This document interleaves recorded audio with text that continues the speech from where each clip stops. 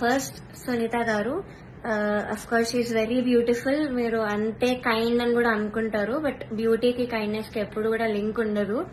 So okay, మీరు observe చేయండి, first episode నుంచి కూడా ప్రతిసారి నేను స్టేజ్ మీదకి వచ్చిన ప్రతిసారి వాడు ఒక ఫేస్ ఇస్తారు. అది ఎవ్వరికి పెట్టరు ఆ ఫేస్, బట్ ఓన్లీ నాకు ఆ డిస్గస్టెడ్ లుక్ పెడతారు ఫేస్ మీద. ఇది యాక్చువల్లీ చాలా మంది వెల్ విషర్స్, నా ఫ్యాన్ పేజెస్ అందరూ కూడా నన్ను అడిగారు. కావాలంటే నేను స్క్రీన్ షాట్స్ పెడతాను. ఇది ఎందుకు ఇలా did something happen beyond the screen, ఏమైనా అయ్యిందా మీ ఇద్దరికి, లేకపోతే ఏమైనా గొడవ అయిందా అని ఇలా చాలా మంది అడిగారు. ఎందుకు ఆవిడ అలా ఫేస్ పెడుతున్నారు మీరు రాగానే అని. సో కానీ నేను చాలా డిఫెండ్ చేయడానికి ట్రై చేశాను, బికాస్ నాకు అప్పుడు తెలీదు. నేను ఏదో అలా ఆలోచిస్తున్నాను, వీళ్ళందరూ అలా ఆలోచిస్తున్నారేమో అనుకున్నాను. నాకు తెలియదు అప్పట్లో, ఐ డెంట్ రియలైజ్. సో నేను డిఫెండ్ చేశాను కూడా. సో నాకు ఎప్పుడు క్లారిటీ వచ్చిందంటే, అంతరామమయం పాడే ముందు సౌండ్ చెక్ అయ్యేటప్పుడు ఇన్ ఇయర్స్ పెట్టుకున్నాను. అండ్ ఆవిడ దగ్గర ఒక మైక్ ఉంది, అది ఆన్ ఉంది. అది పాపం వాడికి తెలీదు, మైక్ ఆన్ ఉంది, నేను ఇన్ ఇయర్స్ పెట్టుకున్నాను. సో కీరవాణి గారితో ఇలా చెప్తున్నారు అనమాట, ఈ అమ్మాయికి అసలు హై రేంజ్ వాయిసే కాదు, హై పిచ్ రాదు, కానీ మేనేజ్ చేసేస్తారు, మీరు చూడండి, ఈ సాంగ్ లో తెలుస్తుంది చూడండి మీకు, అది ఇది అని చాలా ఎక్కిస్తున్నారు సార్ కి. And it hurt me so bad stage మీద నించున్నప్పుడు. అప్పటికి నా సెల్ఫ్ ఎస్టీమ్ ఇలా ఆల్మోస్ట్ కింద దిగిపోయింది. చాలా ఏడుపు వచ్చేసింది ఆ టైంకి. కంట్రోల్ చేసుకొని లేదు, I have to do this అని అంతరామమయం పాడాను. అండ్ ఆ పాటకు వచ్చిన అప్రిసియేషన్ నాకు ఇంకే పాటకు రాలేదు అప్పటి వరకు. సో అంతరామమయంకి బయట ఎవరు కలిసినా కూడా అందరు చెప్పారు నాకు, వాయిస్ చాలా బాగా వచ్చింది ఆ పాటలో అని, కానీ చాలా బాగుంది ఆ పాట అని. అది యాక్చువల్లీ చాలా సాంగ్స్ ఇచ్చాం, రాముడు రావుకి చాలా ఇచ్చాము. నేను ఏది ఇచ్చినా వద్దు వద్దు వద్దు అంటే ఇంకా లాస్ట్ ఆప్షన్ గా మేల్ సాంగ్ ఇచ్చాను, అంతరామమయం. సో అదే సెలెక్ట్ చేశారు. And I tried my best, male song అయినా కూడా I gave my best. And of course నాకు ప్రతి సాంగ్ కి ఆవిడ దగ్గర నుంచి నెగటివ్ కామెంట్స్ వచ్చాయి. అది మీరు నమ్ముతారు, జడ్జెస్ ఏదంటే అదే నిజం అనుకుని మీరు అఫ్ కోర్స్ నమ్ముతారు, ఓకే. బట్ అదర్ కంటెస్టెంట్స్ పాడేటప్పుడు I even give their names. ఇద్దరు, శ్రీధృతి అండ్ గాయత్రి అక్క, వీళ్ళిద్దరు పాడేటప్పుడు పిచ్చింగ్, ఎస్పెషలీ ధృతికి చాలా పిచ్చింగ్ ఇష్యూస్ వచ్చేటప్పుడు అయితే ఆవిడ ఇలా సైగలు చేసేవాళ్ళు, షార్ప్ అయితే ఇలా చెప్పేవాళ్ళు, అది మేము అందరం చూసాము. గాయత్రి అక్క కూడా షార్ప్ అయితే ఇలా కింద ఫ్లాట్ బాడ్ అని చెప్పేవాళ్ళు, మొన్న కూడా అయింది అది. సో అంటే నాకు తప్పు లేకపోయినా మీరు అక్కడ కామెంట్స్ లో చెప్తున్నారు, వీళ్ళు చేశాక కూడా మీరు అక్కడ చెప్పకుండా సైగలు చేస్తున్నారు. సో అక్కడ నాకు నా మీద ఎందుకో గ్రడ్జ్ పెట్టుకున్నారని కూడా అర్థమైంది. చంద్రబోస్ గారు, we all know he's a lyricist. So ఆయన రెస్పాన్సిబిలిటీ, లిరిక్స్ తప్పులుంటే ఆయన చెప్పాలి. సో నన్ను ఫస్ట్ 2 ఎపిసోడ్స్ బాగా మెచ్చుకున్నారు. ఇలాగా ప్రతి నోట్ గాని భావం గాని అసలు వదలకుండా పాడుతామని కూడా చెప్పారు నాకు. అయితే రాముడు రౌండ్ లో వీళ్ళందరు ట్రూ కలర్స్ అన్ని బయటపడ్డాయి. ఫస్ట్ సునీత గారు నేను చెప్పినట్టు మైక్ లో మాట్లాడేశారు, ఇన్ ఇయర్స్ ఉన్నాను నాకు తెలియక. అండ్ చంద్రబోస్ గారు పాపం లిరిక్స్ లో నాకు ఒక్క మిస్టేక్ కూడా నేను ఛాన్స్ ఇవ్వలేదు ఆయన చెప్పడానికి. సో దానిలో చెప్పలేక ఆదృత లేదు అని ఒక కామెంట్ ఇచ్చారు.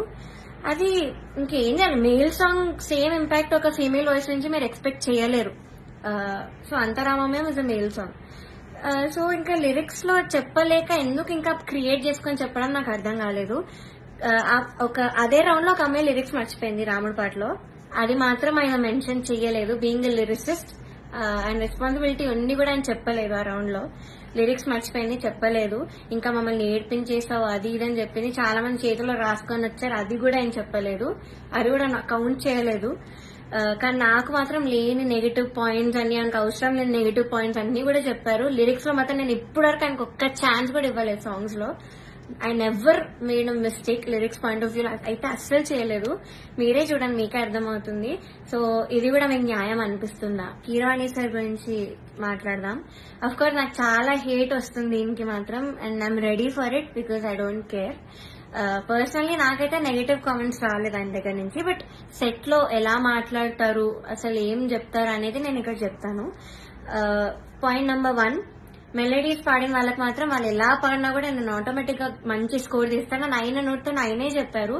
So he's very bias towards melody songs and his compositions. ఎలా పాడినా కూడా మార్క్స్ వేసేస్తారు. అయినే కాదు, అక్కడ ఉన్న సునీత గారు, చంద్రబోస్ సార్ కూడా, వీళ్ళందరూ కూడా అంతే. వాళ్ళ సాంగ్స్ పాడితే మాత్రం స్కోర్స్ ఆటోమేటిక్ గా మంచిగా వచ్చేసాయి. సో ఇది point number 1. Point number 2 is very very hurtful to me personally, because నేను ఎలిమినేట్ అయ్యే ఎపిసోడ్ లోనే ఏదో విషయంలో నన్ను చూస్తూ చెప్పారు ఇది కూడా. సో ద థింగ్ ఇస్, నేను మీ అందరికీ తెలుసు సూపర్ సింగర్ లో నా ఫైనాన్షియల్ సిచ్యువేషన్ గురించి నేను అంతా బయట పెట్టాను. సో దానివల్ల నేను కొన్ని వెడ్డింగ్ షోస్ అలాంటివి చేయాల్సి వచ్చింది. సో ఈ పాయింట్ మీద సార్ మాట్లాడారు. ఏమన్నారంటే అసలు వెడ్డింగ్ షోస్ చేసేవాళ్ళు నా దృష్టిలో సింగర్సే కాదు, నాకు చాలా అసహ్యం, it's like your disrespecting music అని ఈ మాట అన్నారు. చాలా చాలా బాగా అనిపించింది. అదేంటి అంత స్టేజ్ లో ఉన్నాయని ఇలా మాట్లాడారేంటి అని. సో ఇదొకటి నన్ను చూస్తూ మాట్లాడారు ఇంకా. So it was very hurtful. Point number 3, so third వచ్చిన వాళ్ళకి ఆయన 1 lakh ఇస్తా అని చెప్పారు. 4th ప్రైజ్ వాళ్ళకి మూవీలో సాంగ్, అండ్ 5th ప్రైజ్ వాళ్ళకి ఆయన గ్రూప్ లో చేర్చుకుంటామని చెప్పారు సార్. సో ఇది ఎలా చెప్పారంటే, 5th ప్రైజ్ వచ్చిన వాళ్ళకి నా దగ్గర కొంతమంది రోజు వచ్చి చాకరీ చేస్తూ ఉంటారు, వాళ్ళ ట్రూప్ లో జాయిన్ చేసుకుంటా అని చెప్పారు. ఇలా చాకరీ అనే వర్డ్ వాడారు. అంటే ఇది డిస్రెస్పెక్ట్ఫుల్ కాదా? So this was very very bad. అంటే అలా అనకూడదు, సింగర్స్ ఇలా చాకరీ చేసిపోతారు, దానిలో మిమ్మల్ని కూడా జాయిన్ చేసుకుంటారని ఇలా అన్నారు. సో మీకు ఎలా అనిపిస్తుందో ఇంకా మీరు ఆలోచించండి ఒకసారి. డైరెక్టర్ జ్ఞాపిక ప్రొడక్షన్స్ వాళ్ళ అనిల్ గారు అండ్ హిజ్ వైఫ్, వీళ్ళే మెయిన్ అక్కడ అంతా కంట్రోల్ చేసేది, అంతా వెనకాలంతా చేసేది వీళ్ళే. సో ఫస్ట్ పాయింట్ వచ్చేసి సాంగ్ సెలెక్షన్. ఫస్ట్ నేను మీకు చెప్పినట్టు జడ్జెస్ అక్కడ బయాస్డ్. సో కిరాణి సార్ ఏమో మెలడీస్ వాడితే వేసేయడం, ఆయన కంపోజిషన్స్ వాడితే వేసేయడం, చంద్రబోస్ సార్ కూడా అంతే, సునీత గారు కూడా అంతే సేమ్. సో ఇలా తెలిసేసరికి ఒక కంటెస్టెంట్ కి మాత్రం ఓన్లీ వాళ్ళ సాంగ్ దే ఇచ్చారు, మోస్ట్లీ వాళ్ళ సాంగ్ దే ఇచ్చారు ప్రతి రౌండ్ లో. ఇంకో కంటెస్టెంట్ కి ఏమో నీకేం వచ్చో చెప్పు ఆ సాంగ్ ఇచ్చేస్తామని చెప్పి ఇలా ఇచ్చారు ఒక కంటెస్టెంట్ కి. సెకండ్ పాయింట్, ఆ కంటెస్టెంట్ ఒక రోజు రాలేదు అనేసరికి అంతా షఫుల్ చేసేసి ఎపిసోడ్స్ అని ఏదేదో చేశారు. అండ్ అలాంటప్పుడు ఇంకెందుకు ఆడిషన్స్ పెట్టి అందరినీ తీసుకొని, ఎందుకు అసలు పార్వతి అంతమందిని తీసుకొని ఒక్క అమ్మాయితో చేయొచ్చు కదా సిల్వర్ జూబ్లీ సిరీస్ అని. సో అదొకటి.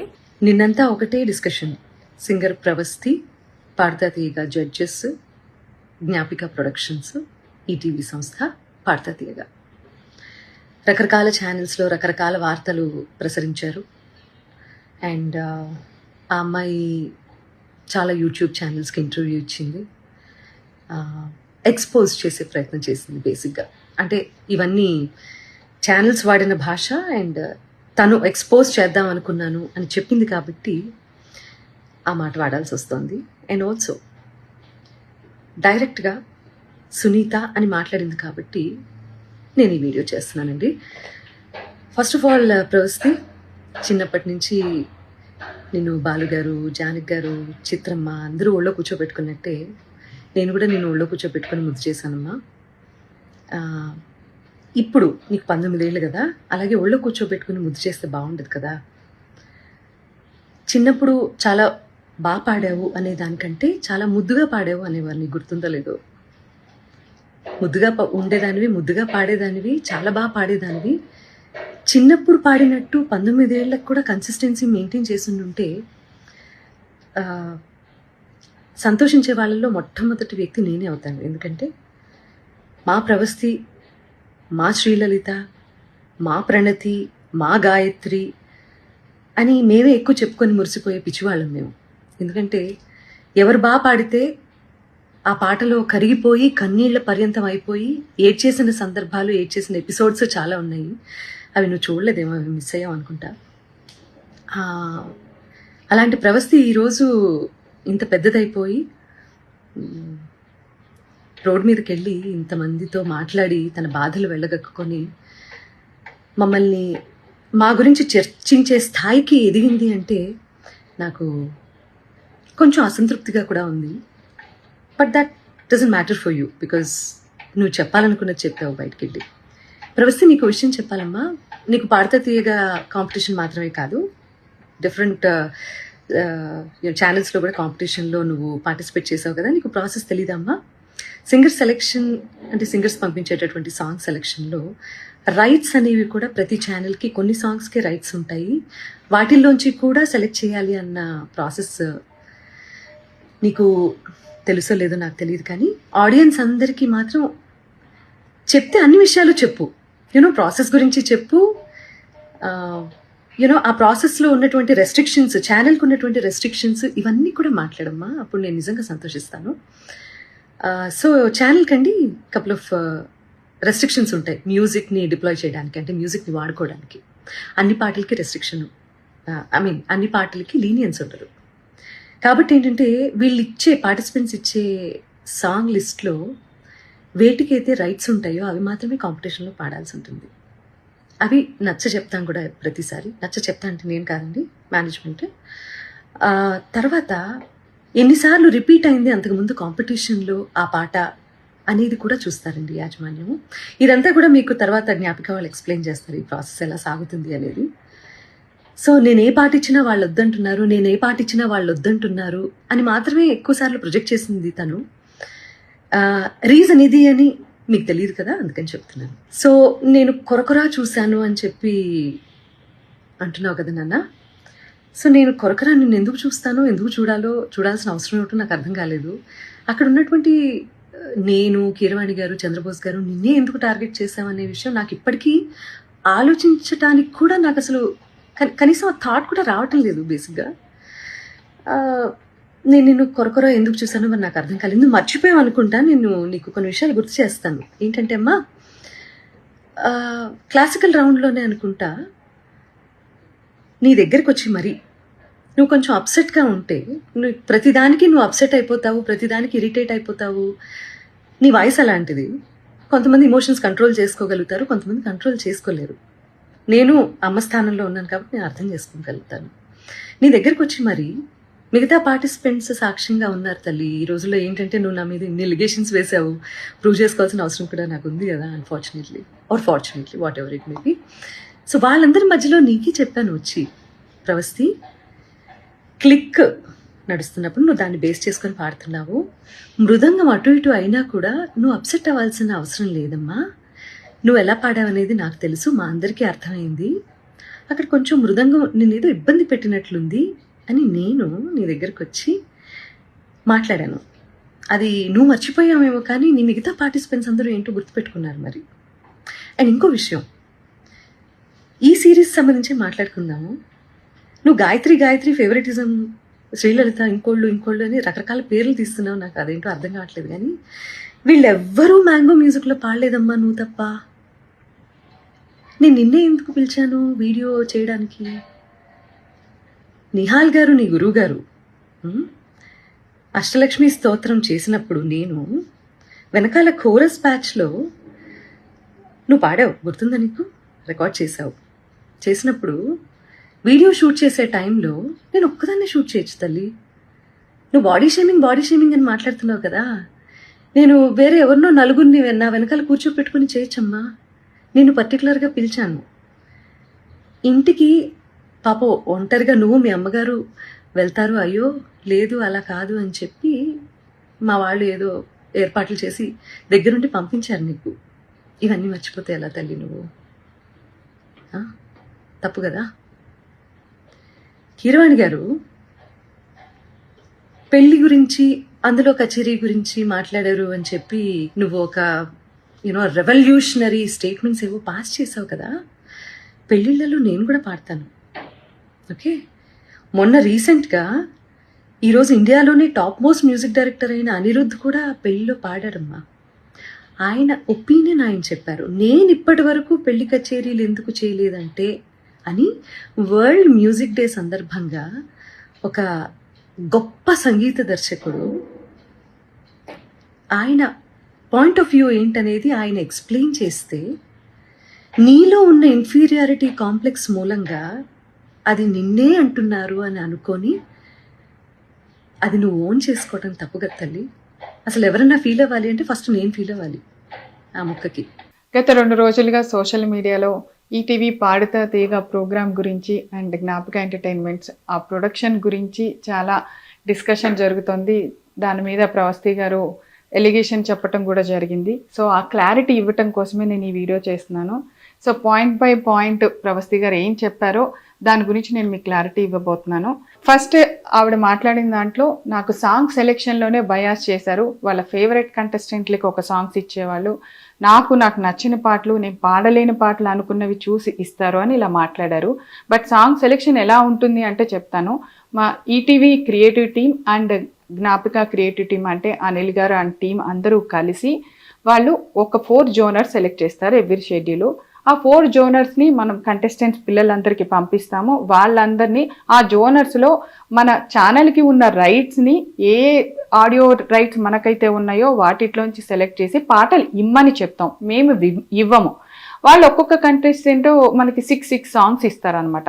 ఆ 6 సాంగ్స్లోంచి ఇప్పుడు ఒకళ్ళు ఒక స్టైల్ ఆఫ్ సాంగ్ పాడితే రెండో కంటెస్టెంట్కి ఆ స్టైల్ లేకుండా చూస్తాం. అది వాళ్ళు సెలెక్ట్ చేసి పంపించిన 6 పాటల్లోంచి మాత్రమే తీసుకోవటం జరుగుతుంది.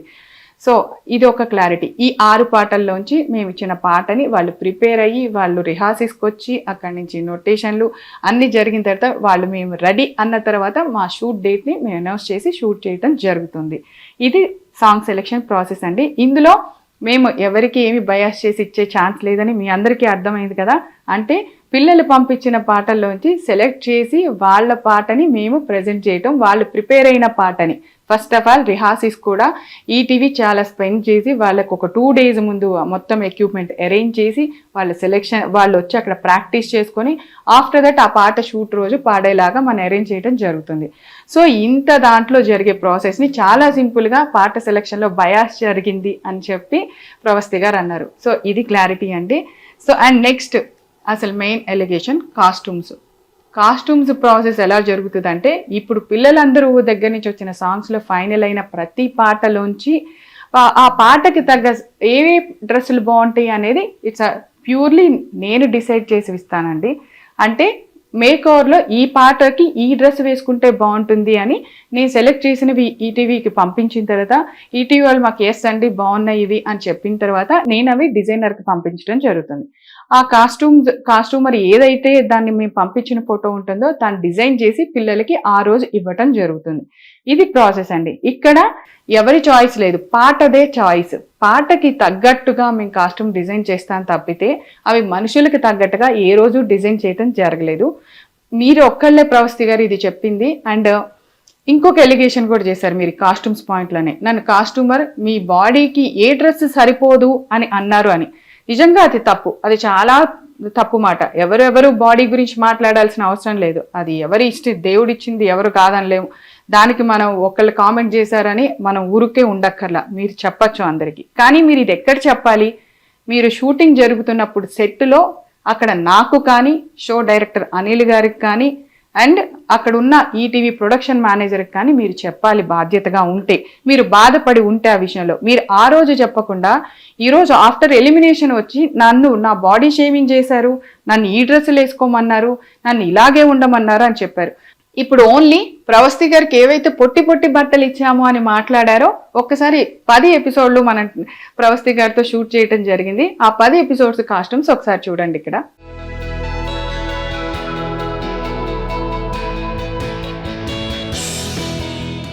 ఇందాక నేను కాస్ట్యూమ్ సెలెక్షన్ దగ్గర ప్యూర్గా నేను అనే మాట ఎందుకు వాడానో తెలుసా? ఈటీవీ ఇంత చిన్న విషయంలో కూడా ఎంత కేర్ తీసుకుందో చెప్పడానికి.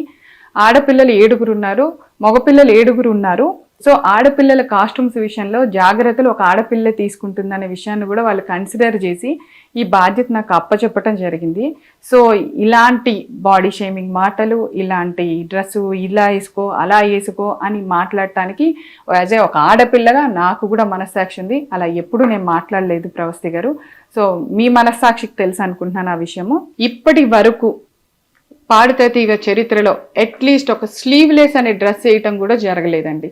అది చెయ్యం మేము, ఎందుకంటే పాడుతా తీగకి ఒక హిస్టరీ ఉంది. ఏ ప్రోగ్రామ్కి లేనంత చరిత్ర ఆ ప్రోగ్రామ్కి ఉంది. దాన్ని ఎవరు తక్కువ చేసుకోవాలని అనుకోము. అండ్ ఈటీవీ నాకు ఇచ్చిన ఈ అవకాశాన్ని నేను ఏ మాత్రము దాన్ని ఒక్క విషయంలో కూడా ఇలా ఉండవు అనమాట. పాడుతా తీగ షెడ్యూల్ అంటే మా టీం అందరూ ఎంత అలర్ట్గా ఉంటారో మాకు తెలుసు. అండ్ బాలు గారు ఉన్నప్పుడు చాలా బాగుంది, ఇప్పుడు ప్రొడక్షన్ రాగానే, ఇప్పుడు వీళ్ళు రాగానే చెడిపోయిందని ఒక ఎలిగేషన్ కూడా అన్నావమ్మా. మేము బాలు గారు ఉన్నప్పుడు కూడా జ్ఞాపక ఎంటర్టైన్మెంట్స్ ఆయనతో అసోసియేట్ అయ్యి కొన్ని సీజన్స్ చేయటం జరిగింది పాడుతా తీగ. అండ్ బాలు గారితో మేము స్వరాభిషేకం కూడా అసోసియేట్ అయ్యి చేయటం జరిగింది. సో బాలు గారితో మాకు ఒక అసోసియేషన్ ఉందమ్మా. ఆయన కూడా అనిల్ గారి డైరెక్షన్స్కి మార్కులు వేశారు, చాలా బాగుందన్నారు. ఆయనతోనూ మేము కలిసి పనిచేసాం. పాడుతా తీగ విలువలేంటో ఆయన మాకు నేర్పించారు, మేము చేసాము. అండ్ ఇంకొకటి ఫోర్త్ది జడ్జెస్ గురించి. అసలు జడ్జి అంటే అర్థం ఏంటి చెప్పండి? జడ్జి అనే వర్డ్కి మీనింగ్ ఏంటి? వాళ్ళు అక్కడ కూర్చుంది ఒక జడ్జి అనే స్థానంలో ఒక తీర్పు ఇచ్చిన తర్వాత దాన్ని అపోజ్ చేయటానికి నేనెవరు, మీరెవరు, ఇంకొకళ్ళు ఎవరు? ఫర్ సపోజ్ ఎగ్జాంపుల్, ఏదైనా ఒక కేసులో ఇది జడ్జిమెంట్ ఫైనల్ అని చెప్పేసిన తర్వాత నేనేం చేయలేదు, నేను నిరపరాధిని, జడ్జిమెంట్ రాంగ్ ఇచ్చారు, ఆ జడ్జి తప్పు చేశారు అంటే కుదురుతుందా? ఇట్స్ లా ప్రకారం వెళ్తుంది. సో ఇక్కడ జడ్జిమెంట్ కూడా ప్రతిదీ మీరు పాడిన పాటలకి వాళ్ళు ఇచ్చిన జడ్జిమెంట్ ఒక మార్క్ షీట్ మా దగ్గర ఉంటుంది. ఆ మార్క్ షీట్లోంచి మేము అన్ని టోటల్ చేయగా మేమేమి మిమ్మల్ని ఒక ఎపిసోడ్కి ఎలిమినేట్ చేయాల, 2 ఎపిసోడ్కి ఎలిమినేట్ చేయాల, 4 ఎపిసోడ్స్కి ఒక ఎలిమినేషన్ జరుగుతూ ఉంటుంది. ఆ 4 ఎపిసోడ్స్ అంటే మీరు 4 పాటలు పాడుంటారు, 4 జోనర్స్లో ఉంటాయి. ఆ 4 జోనర్స్లో మీకు వచ్చిన మార్కులు టోటల్ చేసిన తర్వాత మాకు జడ్జెస్ నుంచి ఆ మార్క్ షీట్ వచ్చాక జస్ట్ మేము అనౌన్స్ చేయటం తప్పితే ఇందులో ఎవరికి ఎటువంటి రైట్ లేదు, ఈవెన్ ఇంక్లూడింగ్ ఈటీవీ యాజమాన్యంతో సహా. జడ్జెస్ ఇచ్చిన మార్కుని మేము అక్కడ ప్రజెంట్ చేయవలసిందే. ఇది ఫస్ట్ రూల్. అండ్ మీరు అగ్రిమెంట్ రాసేటప్పుడు కూడా, మీరు సంతకం పెట్టేటప్పుడు కూడా జడ్జిమెంట్కి మేము గౌరవిస్తాము అనే పాయింట్ ఉంటుంది. అది చదువుకొని ఉంటే బాగుండేది ప్రవస్తి. మీకు అన్ని పాయింట్స్ మీరు అడిగిన, మీకు అనిపించిన, బాధగా అనిపించిన అన్ని పాయింట్స్ మీద బయట వాళ్ళకి అర్థం అవ్వాలి అని చెప్పి నేను క్లారిటీ ఇవ్వటం జరిగింది. సో మీకు ఎందుకో మీ ఆలోచనలో మీకు అవి తప్పులుగా అనిపించాయి. డెఫినెట్గా నీకు మంచి ఫ్యూచర్ ఉంది. ఇలాంటివన్నీ పక్కకు పెట్టి నువ్వు డెఫినెట్గా నీ లైఫ్లో ఫైట్ చేసి మళ్ళీ అగైన్ ఒక సింగర్గా చూడాలనుకుంటున్నాము. ఇలాంటి అపోహలన్నీ పక్కన పెట్టేసే ప్రవస్తి. All the best.